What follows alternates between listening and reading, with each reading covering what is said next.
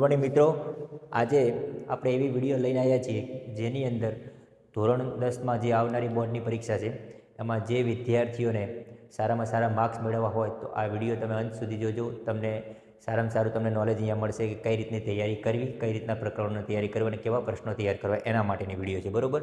તથા ખાસ એવા વિદ્યાર્થીઓ માટે પણ છે અને એમને પણ શેર કરજો કે જેમને અભ્યાસક્રમ સંપૂર્ણ પૂરો થઈ ગયો છે પરંતુ વાંચ્યું કાંઈ નથી અને સંપૂર્ણ ચેપ્ટર 13 ચેપ્ટર તૈયાર કરી શકે તેવી શક્યતા એમની છે નહીં. તો એમના માટે પણ મેં ખાસ અમુક પ્રકરણો ગોઠવ્યા છે કે જે પ્રકરણ તમે માત્ર 50% પ્રકરણ તૈયાર કરશો તો પણ તમે સારામાં સારા માર્ક્સ લાવી શકશો અને પાસ થઈ શકશો. તો એમને પણ શેર કરજો. અહીંયા આપણે આ વિડીયોની અંદર શું જોઈશું તો કે જે પ્રશ્નપત્રનું પરિરૂપ કઈ રીતનું હોય છે એના વિશેની તૈયારી કરશું. સાથે સાથે પ્રકરણ વાઇઝ કેટલા ગુણભાર છે એ પણ જોઈએ છીએ અને કયો પ્રશ્ન નંબર અને કયા પ્રકરણમાંથી પૂછાશે એ પણ આપણે વિભાગ વાઇઝ જોઈશું. અને છેલ્લે લાસ્ટમાં તો જે મહત્ત્વના પ્રકરણ છે એ આપણે બતાવશું કે જે વિદ્યાર્થીઓને એવું લાગતું કે સાહેબ હું પરીક્ષામાં હવે વિજ્ઞાનમાં મારાથી કંઈ તૈયારી થાય એમ નથી, મેં આખું વર્ષ કંઈ કર્યું નથી, તો એવા વિદ્યાર્થીઓ પણ લાસ્ટમાં જોજો. તમને સારી એવી વિડીયોમાં તમને ખબર પડશે કે કેટલા પ્રકરણ કરવાથી પણ તમે માત્ર પાસ નહીં પણ સારા એવા માર્ક્સ મેળવી શકો છો. તો સૌપ્રથમ તમે જુઓ તો આનો સ્ક્રીનશોટ લઈ લીધો. આ છે તમારું પ્રકરણ વાઇઝ ગુણભાર છે અને ગુણભારમાં બીજું શું કે કયા વિભાગમાંથી કેટલા પ્રશ્નો પૂછાય છે, કયા પ્રકરણમાંથી એ પણ દર્શાવે છે. દાખલા તરીકે તમને સમજાવવા માટે કહું તો અહીંયાથી તમે જોશો તો આ જે પ્રકરણ અહીંયા દર્શાવેલા છે, અહીંયા વિભાગ ABC દર્શાવેલા છે. આપણને ખબર છે કે આપણું પ્રશ્નપત્ર જે છે એમાં 4 વિભાગ આવેલા હોય છે. એ વિભાગ છે એ 1 માર્ક્સનો જ હોય છે, બરાબર. એ 1 ગુણનો હોય છે, આ 2 ગુણના હોય છે, આ 3 ગુણના અને અહીંયા 4 ગુણના પ્રશ્નો આવેલા હોય છે. તો એ કઈ રીતના છે એ પણ અહીંયા સમજાય છે. દાખલા તરીકે એસિડ, બેઝ અને ક્ષાર, તો એસિડ અને બેઝ ક્ષારમાં 2 માર્ક્સનો 1 પ્રશ્ન પૂછાય છે એવું અહીંયા કહેવા માગે છે. અને 4 માર્ક્સ એટલે ડી વિભાગમાં એસિડ, બેઝ અને ક્ષારના ટોટલ 2 પ્રશ્નો પૂછાતા હોય છે. વિભાગ એ અને વિભાગ સીમાં કોઈ પ્રશ્ન એની અંદરથી પૂછાતો હોતો નથી. મતલબ કે તમારે જે તૈયારી કરવી હોય તમને ખબર પડે કે ભાઈ એ વિભાગ અને સી વિભાગ 1 માર્ક્સ અને 3 માર્ક્સના પ્રશ્નો એસિડ, બેઝ, ક્ષારમાંથી પૂછાતા નથી પરંતુ 2 અને 4 માર્કના પ્રશ્નો પૂછાય છે. તમને ખબર પડે કે તમારો વિભાગ બીમાં કેટલા પ્રકરણો તૈયાર કરવા અને વિભાગ ડીમાં કેટલા પ્રકરણ તૈયાર કરવા, બરાબર. તો આનો સ્ક્રીનશોટ લઈ લીધો. પછી ફટાફટ હું પ્રકરણ વાઇઝ, વિભાગ વાઇઝ તમને સમજાવું છું. ઓકે, હવે નેક્સ્ટ જોઈએ તો અહીંયા વિભાગ એની વાત કરી છે. વિભાગ એમાં શું દર્શાવેલું છે તો આ જે વિભાગ એ આપણને દર્શાવે છે, બરાબર. એમાં કુલ પ્રશ્નો આપણા પાસે છે, વિકલ્પ, બહુ વિકલ્પ આવે છે, ખાલી જગ્યા આવે છે, ખરા ખોટા આવે છે, માગ્યા મુજબ જવાબ આવે છે અને જોડકા આવે છે. આટલી વસ્તુ વિભાગ એની અંદર આવતી હોય છે, બરાબર. એના નંબર પણ આપે છે કે પ્રશ્ન નંબર 1 થી 6 હશે એ શું હશે, બહુ વિકલ્પ હશે, MCQ ટાઈપ હશે. ખાલી જગ્યાઓ 7 થી 12 હશે અને ખરા ખોટા એ 13 અને 14 નંબર 13 થી 16 નંબરના પ્રશ્નો હશે એ ખરા ખોટા આવેલા હશે.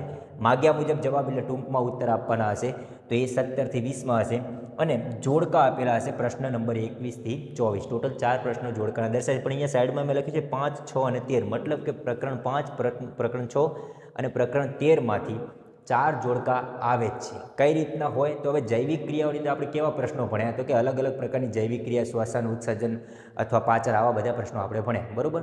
તો એમના પ્રશ્નો આવી ગયા.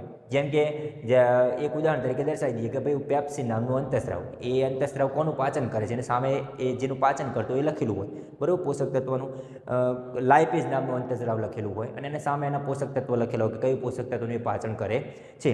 સેમ ટુ સેમ 13મા પ્રકરણમાં શું કીધું હોય તો કે જૈવિક ઘટકો, અજૈવિક ઘટકો આપી દીધા હોય અને એના ઉદાહરણ આપે, તમારે એને શું કરવાના, જોડવાના હોય. પ્રાથમિક ઉપભોક્તા, દ્વિતીય ઉપભોક્તા આપેલા હોય એના ઉદાહરણ આપેલા હોય એ તમને જોડવાના હોય.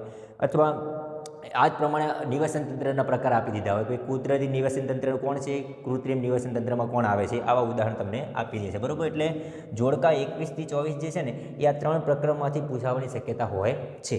ઓકે, તો વિભાગ એની અંદર તો આટલા પ્રકરણ છે. પ્રકરણ 3, 4, 5, 6, 8, 9, 10, 11 અને 13 આટલા પ્રકરણમાંથી વિભાગ એના 1 થી 24 પ્રશ્નો પૂછાય છે. Total 24 marks. કેટલા માર્ક્સનું છે ટોટલ? 24 માર્ક્સના પ્રશ્નો એ વિભાગ એની અંદરથી પૂછાય અથવા વિભાગ એમાં પૂછાય છે અને આટલા પ્રકરણો છે. સાથે સાથે તમે સ્ક્રીનશોટ લેતા રહીજો, તમને વિભાગ વાઇઝ ખબર પડે કે કેટલા પ્રશ્નો અથવા કેટલા પ્રકરણ તૈયાર કરવા. ઓકે, એટલે વિભાગ એ તો એવું છે કે એમાં ટૂંકા પ્રશ્નો હોય. હવે ટૂંકા પ્રશ્નો તમે બધા જ ચેપ્ટરને તૈયાર કરવા જાઓ તો એ છે નહીં અથવા એ તમે પૂર્ણ પણ ના કરી શકો. એનાથી બેટર એ છે કે તમે લોંગ થિયરી તૈયાર કરો. તમે લોંગ થિયરી તૈયાર કરશો ને તો તમને બધું એની અંદર આવી જશે, બરાબર. ટૂંકા પ્રશ્નો પણ આવી જશે, 2 માર્ક્સના પણ આવી જાય, 3 માર્ક્સના પણ આવી જાય, બધા એની અંદર આવી જાય. એટલે એક લોંગ થિયરી તૈયાર કરવી જરૂરી છે. તો વિભાગ એ તો આ રીતનું પૂછાય છે. એમાંનો જોડકા મેં તમને કીધું એ પ્રમાણે આ પ્રકરણમાંથી જ પૂછાતા હોય છે, એટલે જોડકા તૈયાર કરી નાખવા ખૂબ જ જરૂરી છે. બરાબર. પછી વાત કરીએ તો વિભાગ બી ઉપર જઈએ. વિભાગ બીની અંદર તમે જોશો તો વિભાગ બીમાં પ્રશ્ન નંબર 25 ક્યાંથી ચાલુ થાય છે? પ્રશ્ન નંબર 25થી લઈ અને 37 સુધીના પ્રશ્નો હોય છે. અને આ પ્રશ્નો એ આટલા જ પ્રકરણમાંથી પૂછાય છે. મતલબ પ્રકરણ નંબર 1 રાસાયણિક પ્રક્રિયા અને સમીકરણમાંથી, પ્રકરણ નંબર 3 ધાતુઓ ધાતુમાંથી, પ્રકરણ નંબર 5 જૈવિક ક્રિયાઓ. પણ આ 2 લખ્યું છે એ 2નો મતલબ થાય આર્યા પ્રકરણમાંથી આ વિભાગ બીમાં 2 પ્રશ્નો પૂછાશે. ટોટલ પ્રશ્ન જુઓ કેટલા છે? 25થી લઈ અને 37. અને 37 પ્રશ્નોમાંથી તમારે લખવાના કેટલા છે? માત્ર 9. એટલે એક વિભાગમાં આવતો એક પ્રશ્નના 2 ગુણ હોય છે. એટલે ટોટલ 9 પ્રશ્ન છે. 18 ગુણનો વિભાગ છે આ રહ્યો. કેટલા ગુણનો છે? 18 ગુણનો. 18 ગુણ 9 પ્રશ્નો લખવાના છે. અને એ 9 પ્રશ્નો આટલા જ ચેપ્ટરમાંથી આવવાના છે. તો તમને એમ થાય સાહેબ વિભાગ એ અને બીની તૈયારી કરી હોય શું કરું? તો વિભાગ એના ચેપ્ટર તૈયાર કરો, બીના ચેપ્ટર તૈયાર કરો. આટલા ચેપ્ટર તૈયાર કરશો, તમે આખી થિયરી તૈયાર કરશો ને તો આના પછીના વિભાગ પણ આવડી જ જશે, કેમ કે ઘણા વારંવાર રિપીટ થતા હોય અલગ અલગ વિભાગની અંદર. બરાબર. એટલે એ પણ હું તમને સમજાવું છું. અને એમાંનો જે 25મા નંબરનો પ્રશ્ન હશે એ 25મા નંબરનો પ્રશ્ન શેમાંથી પૂછાશે? તો કે આ રાસાયણિક પ્રક્રિયામાંથી જ પૂછાવાનો છે. બરાબર. 26મા નંબરનો હા કદાચ નંબર કોઈ આગું પાછું થઈ જાય, પણ આ રીતના તો હોય જ છે. 99% બહુ ફેરફાર હોતો નથી. એ જ પ્રમાણે 27મો 26 પછી 25 26 27 અને 37 નંબરનો 36 નંબરનો પ્રશ્ન હોય છે એ આમાંથી જ પૂછતા હોય છે 2 પ્રશ્નો. તો એમ પ્રકરણ વાઇઝ તમને બતાવ્યું છે કે આ પ્રશ્ન આ નંબરના ચેપ્ટરમાંથી જ પૂછાતા હોય છે. બરાબર. તો આટલા ચેપ્ટર છે, આટલા ચેપ્ટર તમારે તૈયાર કરી નાખવાના રહેશે. હવે 2 માર્ક્સના પ્રશ્નની વાત કરું તો અહીંયા તમને કેવો પ્રશ્ન પૂછાઈ શકે? તો રાસાયણિક પ્રક્રિયા અને સમીકરણની અંદર તમે જોશો ને તો આ ચેપ્ટરમાંથી 2 અને 3 માર્કના પ્રશ્નો પૂછાય. કેવા તૈયાર કરાય? તો આપણને ખબર છે કે રાસાયણિક પ્રક્રિયા અને સમીકરણ છે ને એમાં 5 પ્રક્રિયાઓ ભણ્યા આપણે. સંયોગીકરણ, વિઘટન, વિઘટનના પણ પ્રકાર છે, ઉષ્મા દ્વારા, વિદ્યુત દ્વારા અને સૂર્યપ્રકાશ દ્વારા. પછી વિસ્થાપન આવ્યું, દ્વિવિસ્થાપન આવ્યું, ત્યારબાદ ઓક્સિડેશન, રિડક્શન, રેડોક્સ. આટલી પ્રક્રિયાઓ છે. વિભાગ બી અને વિભાગ સી બંનેમાંથી એક પ્રશ્ન આ ચેપ્ટરનો પૂછાય. તો માત્ર પ્રશ્ન કેવો હશે? પ્રશ્ન આ રીતનો જ હશે. એક તો કે તમને કોઈ પણ રાસાયણિક પ્રક્રિયા છે ને વ્યાખ્યા પૂછી હશે. દાખલા તરીકે સંયોગીકરણ એવો પ્રશ્ન પૂછ્યો કે સંયોગીકરણ એટલે શું અને તેના 1 અથવા 2 ઉદાહરણ મતલબ કે સમીકરણ લખો. બરાબર. એના સમીકરણો આવું તમને કહેશે. અને આ રીતનો જ પ્રશ્ન હશે. તો આ ચેપ્ટરમાંથી 2 માર્ક્સ અને 3 માર્કના પ્રશ્નો પૂછાશે. 5 પ્રક્રિયાઓ છે ટોટલ. એ 5 પ્રક્રિયાઓ કમ્પ્લીટ તૈયાર કરી નાખાય ઉદાહરણ સાથે. 2 ઉદાહરણ સાથે તૈયાર કરો, તમારા 2 અને 3 5 માર્ક્સ કમ્પ્લીટ આવી જ જાય. ખબર છે કે આ ચેપ્ટરમાંથી બીજું કંઈ વધારે તૈયાર નથી કરવાનું. 2 ઉદાહરણ તૈયાર કરો ને એ વ્યાખ્યા તૈયાર કરો. કોની વ્યાખ્યા હોય? તો કે આ ચેપ્ટરમાં કેટલું ભણ્યા? સંયોગીકરણ આવે તો ઉષ્માક્ષેપક પણ આવે, એટલે એની પણ વ્યાખ્યા હોવી જોઈએ. વિઘટનની સાથે સાથે ઉષ્મા શોષક પણ આવે, વિઘટનના બધા જ પ્રકાર, અને ત્યારબાદ વિસ્થાપન, દ્વિવિસ્થાપન, ઓક્સિડેશન, રિડક્શન અને રેડોક્સ. આ બધી જ પ્રક્રિયાઓ તમે ઉદાહરણ સાથે તૈયાર કરી નાખો. બીજી વાત કરીએ તો કે જૈવિક ક્રિયાઓના 2 પ્રશ્નો ટોટલ પૂછાતા હોય છે. પણ એમાંના કેવા હોય? તો કે એમાંનો મોસ્ટ ઓફ એક પ્રશ્ન તો એવો જ હશે, યા તો તમને નામ નિર્દેશવાળી આકૃતિ દોરવાની કહેશે, યા તો આકૃતિ આપેલી હશે તમારે ખાલી માત્ર નામ નિર્દેશ કરવાના. હવે જૈવિક ક્રિયાઓની અંદર માનવ હૃદયની આકૃતિનું નામ નિર્દેશ કરવાનું થાય, પાચન તંત્રના અંગોનું આકૃતિનું નામ નિર્દેશ કરવાનું થાય. આકૃતિ દોરવાની પણ હોઈ શકે છે. બરાબર. ત્યારબાદ ઉત્સર્જન તંત્ર છે, મનુષ્યના ઉત્સર્જન તંત્ર છે, એનું પણ આકૃતિ આપેલી હોય, યા તો પછી તમારે દોરવાની અને એના નામ નિર્દેશ કરવાના હોય છે. આ રીતનો એક પ્રશ્ન તો હોય જ છે. બીજા આવા અંગોના કાર્ય હોય કે આ રીતના પ્રશ્નો અલગ અલગ પૂછતા હોય છે. બરાબર. તો બીજા નંબરના આ ચેપ્ટરમાંથી એક પ્રશ્ન તો આવો આકૃતિનો હશે જ, એટલે આકૃતિ તૈયાર કરવી છે. ઓકે.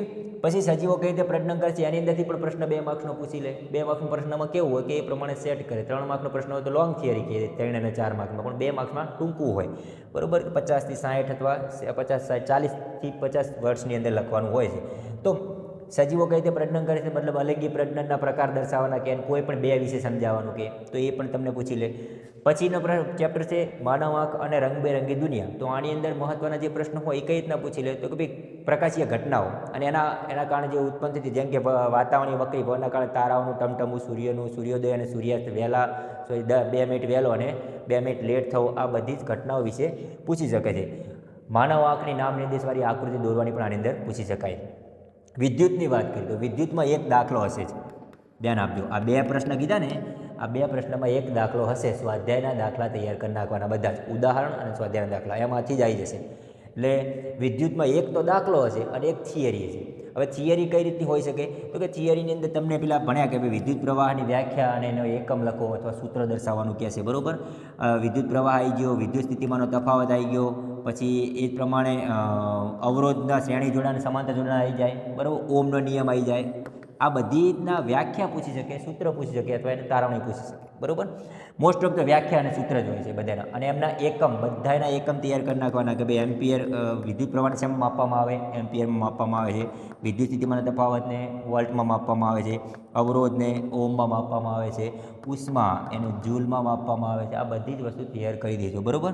આમાં એક મહત્ત્વનો પ્રશ્ન આ પણ હોય છે કે 1 જૂલ અથવા 1 કિલો વોટ અવર બરાબર ખાલી જગ્યા જૂલ, આવું પૂછતા હોય છે. અને મેં અગાઉ પણ વિડીયોમાં ભણાવ્યું છે એ કિલો વોટ અવરનો સંબંધ જૂલ સાથે પૂછ્યો હોય કે વોટ સેકન્ડ સાથે પૂછ્યો હોય કે પછી યુનિટ સાથે પૂછ્યો હોય. આ બધી જ વસ્તુ મેં સળંગ સમીકરણ દ્વારા મેં અગાઉના વિડીયોમાં વિદ્યુતના ચેપ્ટરમાં મૂકેલી છે. એ વિડીયો ચેપ્ટર પણ જોતા રહેજો.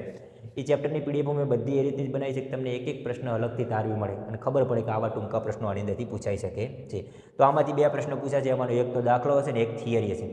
સેમ ટુ સેમ વિદ્યુત પ્રવાહની ચુંબકીય અસરમાંથી પણ 2 પ્રશ્નો પૂછી શકે છે, બરાબર? અહીંયા અથવામાં નથી, સળંગ પ્રશ્નો છે. એટલે હવે તમારે આમાંથી આ જેટલા પ્રશ્નો આપે કે નહીં, આમાંથી 1 2 3 4 5 6 7 8 9 10 11 12 ટોટલ 12 પ્રશ્નોમાંથી તમારે 9 પ્રશ્ન લખવાના. હવે તમારે વિચારવાનું કયું પ્રકરણ તૈયાર કરું. દાખલા તરીકે જો મારે 9 જ પ્રશ્ન લખવા હોય તો હું એવું પ્રકરણ તૈયાર કરું કે જેમાંથી વધારે પ્રશ્નો પૂછાતા હોય. 2 આમાંથી પૂછી જાય, 2 આમાં જો આ 4 પ્રકરણ ખાલી તૈયાર કરું તો 8 તો આવી જાય. 8 પ્રશ્નો આ 4 ચેપ્ટરમાંથી પૂછાવાના છે. તો વિભાગ બી માટે પછી વધારાની મહેનત કરવાની જરૂર નથી. આ માત્ર 4 પ્રકરણ કડકડાટ તૈયાર કરી નાખો. હવે આ પ્રકરણમાં તો પ્રશ્ન જ 3 છે ટોટલ. તો આ કરવું તો તૈયાર સારામાં સારું છે, બરાબર? તો આ રીતના ચેપ્ટર તમે તૈયાર કરો તો તમને તરત પ્લાનિંગ સાથે તૈયાર કરો, સ્માર્ટ વર્ક કરો. કેમ કે આપણા પાસે હવે 1 મહિનો છે, 1 મહિના પૂરું કરવાનું છે. 1 મહિનામાં તમે આ સંપૂર્ણ બુક જો ફરતી ચાલુ કરશો તો મેર આવશે નહીં. માત્ર વાંચવું નહીં, જો તમે વાંચ્યા પછી રિવિઝન નહીં કરો તો પણ તમને આવડશે નહીં. એટલે રિવિઝન સૌથી વધુ મહત્ત્વનું છે. તો હવે પ્લાનિંગ કરો સ્માર્ટ વર્કનું. એ રીતે વાંચો કે જેનાથી તમે જે પણ વાંચ્યું છે ને ફટાફટ પરીક્ષા પહેલાં તો રિવિઝન કરી શકો ઘણી બધી વખત.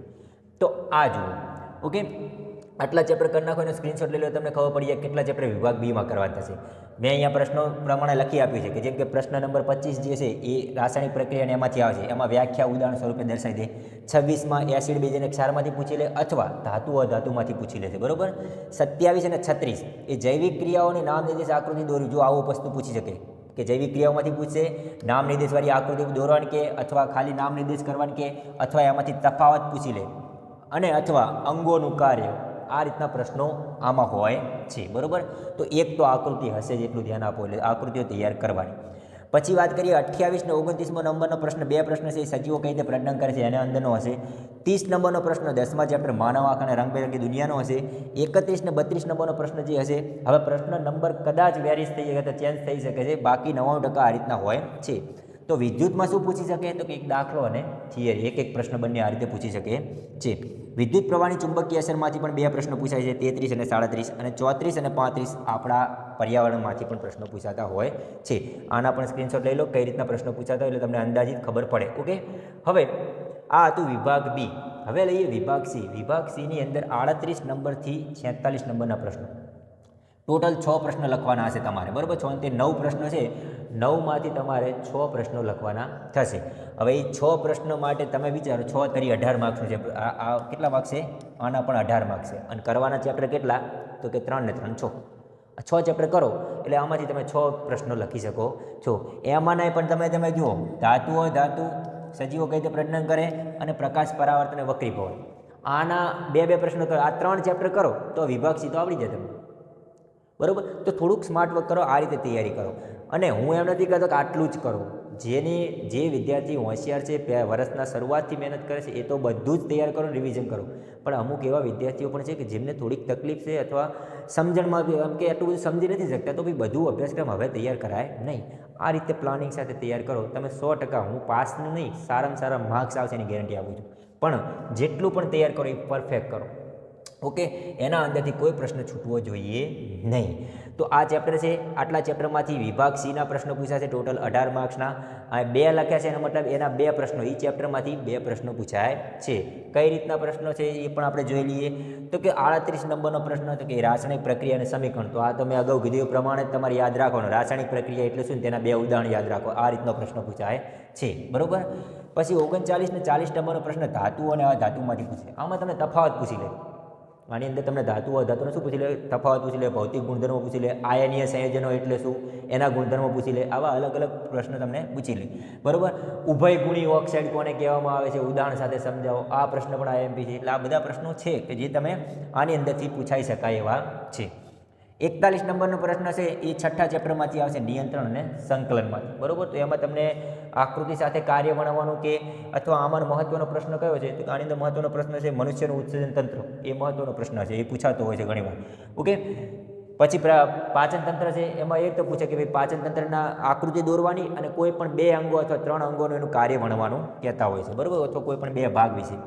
42 ને 43 2 પ્રશ્નો પૂછાય છે, સજીવો કઈ રીતે પ્રજનન કરે છે. તો લિંગી પ્રજનન, અલિંગી પ્રજનન, માદા પ્રજનન તંત્રની આકૃતિ અને નર પ્રજનન તંત્રની આકૃતિ પૂછાતી જ હોય છે વારંવાર. એટલે આ તૈયાર કરી નાખવી જરૂરી છે. અને એક એવો પણ પ્રશ્ન છે કે જે આપણે જાતિજન્ય રોગો જે હોય છે, બરોબર, તો એ રોગોના નિવારણના ઉપાયો શું છે, એ પ્રશ્ન પણ છેલ્લો જે પ્રશ્ન છે એ પૂછાતો હોય છે. 44-45 નંબરનો પ્રશ્ન છે પ્રકાશ પરાવર્તન અને વક્રીભવન. આમાં 1 અથવા 2 પ્રશ્ન પૂછાતા હોય. ઘણી વખત 1 પૂછાય, ઘણી વખત 2 પૂછાતા હોય છે. પણ આમાં પણ તમને કદાચ આકૃતિ દોરવાનું પૂછી લે, કિરણાકૃતિ, કે ભાઈ અંતર્ગોળ અરીસાથી વસ્તુને R જેટલા રાખવામાં આવે, વક્રતા કેન્દ્ર અંતરે રાખ્યા બનતી પ્રતિબિંબની રચનાની કિરણાકૃતિ દોરો. વસ્તુનું સ્થાન, પ્રતિબિંબનું સ્થાન, પ્રતિબિંબનો પ્રકાર અને પ્રતિબિંબનું માપ શું લખવાનું કહે છે, બરાબર. તો એ કિરણાકૃતિ છે. ટોટલ અંતર્ગોળ અરીસાની વાત કરીએ તો એ અંતર્ગોળ અરીસાની 6 કિસ્સાઓ છે અને બહિર્ગોળ અરીસાની અંદર 2 છે, બરાબર. તો 2 એટલે આ 6 ને 2 8 આવા અરીસા માટે થયા. સેમ ટુ સેમ લેન્સ માટે પણ આવી 2 6 ને 2 8 એટલે 8 દુ 16 આકૃતિઓ છે. એ 16 આકૃતિઓ તૈયાર કરી જ નાખજો. એમાંથી પ્રશ્ન આકૃતિ કિરણાકૃતિ આવશે જ, બરાબર. એટલે એ રીતની તૈયારી કરી જ નાખજો કમ્પ્લીટ. ટોટલ 16. હવે કઈ રીતની હોય છે તેના માટે મેં શોર્ટ્સ પણ મૂકેલા છે કે તમને ઇઝીલી ખબર પડે કે કઈ વસ્તુને ક્યાં રાખો, પ્રતિબિંબ ક્યાં મળે, એ પણ દર્શાવેલા છે, એટલે જોતા રહેજો. પછી જે 46 નંબરનો પ્રશ્ન છે એ 11મા ચેપ્ટરમાંથી વિદ્યુતમાંથી પૂછાતો હોય છે. આમાં કઈ રીતનો પ્રશ્ન પૂછાય, તો અગાઉ જો તમે વિભાગ બી માટે તૈયારી કરી છે ને, તો આની અંદર પ્રશ્ન આવડી જ જશે. આમાં મેઇન પ્રશ્ન કદાચ લોંગ પ્રશ્ન એવો છે કે ઓમનો નિયમ અને ઓમના નિયમ ઉપરથી અવરોધોનું શ્રેણી જોડાણ અને સમાંતર જોડાણ એનું સમીકરણ તારવવાવાળા પ્રશ્ન પૂછાય છે, બરાબર. 3 માર્કમાં પૂછી શકે કે અવરોધોના શ્રેણી જોડાણની આકૃતિ દોરવાની થાય અને અવરોધોના શ્રેણી જોડાણથી મળતો સમતુલ્ય અવરોધ, હવે શ્રેણી અથવા સમાંતર ગમે સમતુલ્ય અવરોધનું સૂત્ર શોધવાનું અથવા મેળવવાનું. તમને આવો પ્રશ્ન એની અંદરથી પૂછી શકાય છે. 3 માર્ક્સ છે એટલે એ રીતનો તારવણી સાથે પૂછી શકે. બાકી બધામાં તારવવાનું હોતું નથી, બરાબર. એક છે વિદ્યુત પ્રવાહની તાપીય અસર, જૂલ અસર. એમાં પણ આવી સમીકરણ તમે તારવતા હોય તો એ પ્રશ્ન પણ થોડાક આઈએમપી છે જે 3 માર્ક્સમાં પૂછી શકે છે. તો 3 માર્ક્સની અંદર આટલા ચેપ્ટર છે, આટલા ચેપ્ટર તૈયાર કરશો તમને સારામાં સારા, હું તો કહું બધા જ પ્રશ્નો તમને આવડી જશે, બરાબર. આનું પણ સ્ક્રીનશોટ સાથે સાથે લેતા રહેજો. હવે વાત કરીએ મહત્વનું વિભાગ ડી. વિભાગ ડી છે 47 થી 54, 8 પ્રશ્નો હશે ટોટલ, બરાબર. એ 8 પ્રશ્નોમાંથી તમારે કેટલા લખવાના છે, 5 લખવાના છે. કોઈ પણ 5 તમને આવડતા હોય તે, એટલે 5 ચોક 20 માર્ક્સ. કેટલા માર્ક્સ છે, 20 માર્ક્સ. 20 માર્ક્સનો તમારો આખો વિભાગ ડી છે. અને પ્રકરણ કેટલા તૈયાર કરવાના, તો કે આ 6. હવે અગાઉ તમે આ પ્રકરણ ઓલરેડી તૈયાર કરેલા છે. તો એસિડ બેઝ અને ક્ષાર આમાંથી 2 પ્રશ્નો પૂછાશે. પછી જૈવિક ક્રિયાઓ આમાંથી 2 પ્રશ્નો પૂછાશે, બરોબર. આટલા જે ચેપ્ટર છે આની અંદરથી 2 પ્રશ્નો તમારા પૂછાતા હોય છે. તો જો 2 1 3 4 5 6 7 8 8માંથી તમને 5 પ્રશ્નો લખવાના હોય. તમે જો આ 2 ચેપ્ટર માત્ર તૈયાર કરશો ને કમ્પ્લીટ કડકડાટ, તો આ 2 ચેપ્ટરના તમે 4 પ્રશ્નો તો લખી જ નાખશો. અને જો અગાઉ વિભાગ બી અને સી માટે આમાંથી કોઈ ચેપ્ટર તૈયાર કર્યું હશે ને, તો તમે એનો એક પ્રશ્ન બીજો પણ લખી શકશો. એટલે હવે વધારે મજૂરી કરાયની કોઈ પણ એક વિભાગ મસ્ત મજાનો તૈયાર કરી નાખો, આમાં આવી જ ગયા એ ચેપ્ટર. તો અહીંયા પણ તમે જો આ પ્રમાણે તમે એનો સ્ક્રીનશોટ લઈ લો કે ભાઈ વિભાગ ડીમાં આટલા જ પ્રકરણમાંથી પ્રશ્નો પૂછાતા હોય છે, જેમાં આ 2 છે એમાં વધારે, એટલે કે એના 2 પ્રશ્નો પૂછાતા હોય છે. કઈ રીતના છે એ પણ જોઈએ. જો આ રીતે 47 અને 48 નંબરનો પ્રશ્ન એસિડ બેઝ અને ક્ષારમાંથી મોસ્ટ ઓફ પૂછાતો હોય છે, બરોબર. બીજા નંબરનું પ્રકરણ છે એની અંદર. 49 નંબરનો પ્રશ્ન છે એ કાર્બન અને તેના સંયોજનોમાંથી પૂછાય. મતલબ કે તમને કોઈનું બંધારણ દર્શાવવાનું કીધું હોય, આલ્કેન શ્રેણી વિશે સમજાવવાનું કીધું હોય, કાર્બનનો સર્વતોમુખી સ્વભાવ પૂછી લીધેલો હોય, બરાબર. આવા બધા અલગ અલગ પ્રકારના પ્રશ્નો એની અંદરથી પૂછતા હોય છે. પછી 50 અને 51 નંબરનો પ્રશ્ન જૈવિક ક્રિયાઓમાંથી. લોંગ પ્રશ્ન છે એટલે થિયરી તમારે લાંબી લખવી પડે, બરાબર. ત્યારબાદ છે 52 નંબરનો પ્રશ્ન માનવ આંખ અને રંગબેરંગી દુનિયામાં પ્રકાશીય ઘટનાઓ વિશે જોઈએ. અગાઉ આપણે આ ચેપ્ટરની તૈયારી કોઈ વિભાગમાં કરી હોય તો તમને આ ચેપ્ટર આવડી જ જાય. 53 નંબરનો પ્રશ્ન છે એ 12મા ચેપ્ટરમાંથી વિદ્યુત પ્રવાહની ચુંબકીય અસરમાંથી યાદ રાખો, બરાબર. સોલેનોઇડની આકૃતિવાળો કીધો છે, સોલેનોઇડ દ્વારા ઉદ્ભવતું ચુંબકીય ક્ષેત્રની લાક્ષણિકતાઓ, આવા અલગ અલગ પ્રશ્નો છે એ તૈયાર કરવાના રહેશે, એ મહત્ત્વના પ્રશ્નો. અને બીજું ફ્લેમિંગનો નિયમ, ડાબા નિયમ, પછી વાહક તારને જ્યારે ચુંબકીય ક્ષેત્રમાં રાખીએ ત્યારે લાગતું બળ શોધવા માટેનો જે નિયમ છે આ બધા તૈયાર કરી દેવા. અને 54મો પ્રશ્ન જે છે એ આપણા પર્યાવરણમાંથી પૂછાતો હોય છે. તો આ પ્રશ્ન નંબર સાથે કયા પ્રકરણમાંથી પૂછાય છે અને કયા પ્રકરણમાંથી કેટલા પ્રશ્નો પૂછાય છે એ મેં તમને અહીંયા બનાવીને બતાવ્યા છે. હવે વાત કરીએ છેલ્લે કે જેવા વિદ્યાર્થીઓ કે જેમને એવું લાગે છે કે સાહેબ આટલું બધું તૈયાર આપણાથી થશે નહીં, કંઈક શોર્ટમાં કહો તો શોર્ટમાં તમારા માટે છે એક આ, જેમાં જો એવા વિદ્યાર્થીઓ કે જેમને નપાસ થવાનો ડર હોય તેવા વિદ્યાર્થીઓની વાત કરીએ, બરાબર. તો પ્લાન એ છે, આ ચેપ્ટર જુઓ ને સામેના ગુણભાર જુઓ. જેમ કે આ મેં ચેપ્ટર લખ્યા છે 3 ને 3 6 ચેપ્ટર છે, 10, 20, 34, 44, 54, 64, આટલા 6 ચેપ્ટર. આપણા પ્રકરણમાં ટોટલ 13 ચેપ્ટર છે. 13 ચેપ્ટરમાંથી જો તમે આ 6 ચેપ્ટર એકદમ કડકડાટ કરી નાખો, કડકડાટ મતલબ આની અંદરથી જો વિભાગ એમાં પૂછાય તો આવડવો જોઈએ, બીમાં પૂછાય તો આવડવું જોઈએ, સીમાં ડીમાં આવડવા જોઈએ એવી તૈયારી હોય તો ઓછામાં ઓછા, સોરી આપણે એમ તો ના કહી શકીએ, પણ મેક્સિમમ તમને 64 માર્ક્સ તો મળે. જો કદાચ ગુણભારમાં થોડુંક આગુ પાછું કરે તો પણ ચલો જવા દો, જેને હાવ નપાસ થવાવાળા હોય ને 40 માર્ક્સ તો આવી જાય, જો વ્યવસ્થિત સારા અક્ષરે લખી અને સમજાયું હોય તો. એટલે નપાસ થવાનું તો તમને લાગતું હોય કે ભાઈ આટલું બધું તૈયાર થાય એમ નથી, તો તમે આ 6 પ્રકરણ લઈ લો અને 6 પ્રકરણને કમ્પ્લીટ તૈયાર કરી નાખો વ્યવસ્થિત, બરાબર. તો એમાંથી તમને A, B અને C, D 4 વિભાગમાંથી પ્રશ્નો તમને આવડી જશે. પણ એમ થાય કે સાહેબ આમાં હજુ નથી મજા આવતી, બીજું એક છે, ચલો બીજું એક આપણે જોઈ લઈએ, પ્લાન બી. પ્લાન એ છે તો પ્લાન બી આપણે રાખવો પડે, બરાબર. એમાં પણ અમે બીજા 6 ચેપ્ટર લખ્યા છે કે ભાઈ આટલા ચેપ્ટર તૈયાર કરો. જો પહેલા ચેપ્ટર ના ફાવતા હોય આ કરો. કયા? એસિડ, બેઝ અને ક્ષાર છે, કાર્બન અને તેના સંયોજનો છે, જૈવિક ક્રિયાઓ છે, માનવ આંખ, રંગબેરંગી દુનિયા, વિદ્યુત પ્રવાહની ચુંબકીય અસર અને આપણું પર્યાવરણ. 10 આ 20 ને 10 30 ને 40 40 ને 70 57 માર્ક્સ, બરાબર. 57માંથી આમાં પણ જો તમે આ પ્રકરણો તૈયાર કર્યા હોય તો કદાચ 30 40 માર્ક્સ તો તમારા આવી જ જાય, બરાબર. એટલે 50% પ્લસ માર્ક્સ તમે આ બેમાંથી જે તમને ઈચ્છા થાય ને તમે તૈયાર કરી અને લાવી શકો છો. પણ આ એમના માટે કે એવા વિદ્યાર્થીઓ કે જેમને એવું લાગતું હોય કે સાહેબ બધું તૈયાર થાય એમ નથી, માત્ર અમુક પ્રકરણ કરીને પાસ થવાય એવું હોય તો આ કરી નાખો. આ જે મેં બનાવ્યું કે નહીં, આ વિભાગ ડી છે, વિભાગ ડીના ચેપ્ટરો છે. વિભાગ ડીના ચેપ્ટરો તમે તૈયાર કરો એટલે બધા જ થઈ જાય છે. ઓકે, તો આટલું તૈયાર કરી નાખજો અને કમ્પ્લીટ તૈયારી કરજો. જે પણ હોય વિડીયોની અંદર મેં અગાઉ પણ દર્શાવેલા છે, દરેક પ્રકરણ વાઇઝ પ્લેલિસ્ટની અંદર મૂકેલા છે, દેખજો. Thank you.